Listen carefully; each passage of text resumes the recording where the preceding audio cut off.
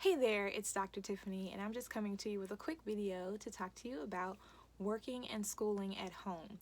With everyone starting to gear up for the fall and looking at possibly doing more work from home or continued work from home, and then adding on possibly either homeschooling or remote learning, there's a lot of discussion about how to manage that well. I've been speaking to several families who are trying to get ahead of this process and really figure out a plan to make everything work properly for them in their home. So today I want to talk about 3 ways to reduce stress while working and schooling at home. So first things first, you want to set clear goals for your day, clear goals for the week. Know what needs to be done and be clear on focusing on those things, especially when you're first starting out in this type of environment and it's not something that's totally comfortable to you. Make sure that you're setting those clear goals and just focusing on those things. Don't try to change up the schedule when it's not necessary, but be clear about what needs to be done and just focus on getting those things done. So for instance, if there's a work schedule that you're following, and then also if there's specific lessons for your children that are needing to be done, whether you're doing homeschooling or remote learning, that's going to be a consideration either way. Make sure that you are clearly seeing what needs to be done and making a plan for that process, and then focusing on that plan. So do not try to change up the schedule too much unless it's absolutely necessary, because life does happen.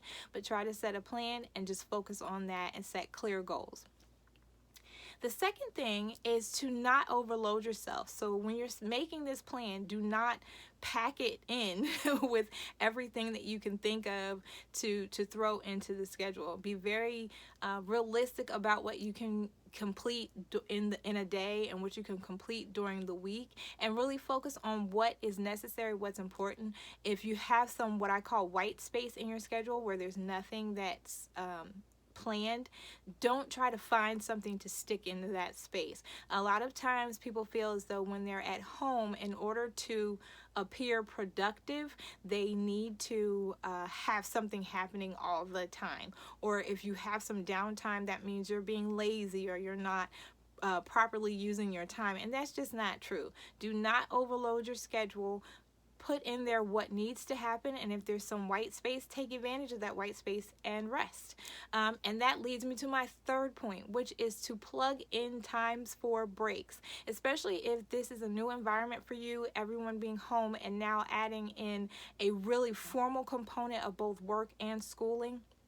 You want to make sure that you're giving yourself time to rest and reset. Pay attention to what your children need in terms of when they need breaks. Pay attention to when you need a break and plug those in. Be very intentional about giving yourself a time to take a break and to clear your mind, whether it's to, step outside of the house for a few minutes, or, mask up and take a walk.